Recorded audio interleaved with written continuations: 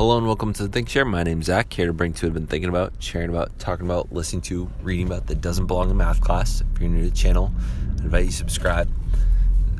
I have had an interesting morning here as I am not usually leaving the house at this later of a time, but sometimes you have to prioritize things in your life. I think the thing I wanted to share with you today is when we have moments where we choose to prioritize things maybe out of order from the way the rest of the world might consider, we have to be willing to face consequences. So say for instance, I choose to spend a little bit of extra time with my wife because I think that it's an important conversation, and you know what, maybe I need to compromise on sleep, or maybe I need to compromise on being on time to something.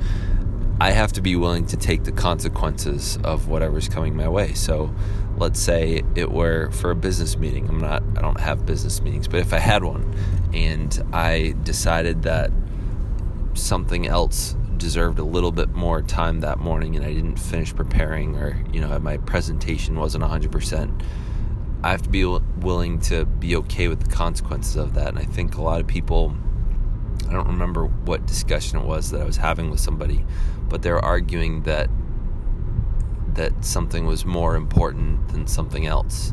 If it's okay to miss school or miss something because of something else. And I said, that's great that you see that way, that you've prioritized that and that you're clear about what your priorities are. And as long as those are your priorities, those do not mean that you get a reprieve on whatever it is that you've missed. When those are your priorities, you have to be willing to accept that whatever consequences there are for not having that other thing a priority are going to happen. I hope that made sense. I wanted to make this one short today, so sit with that.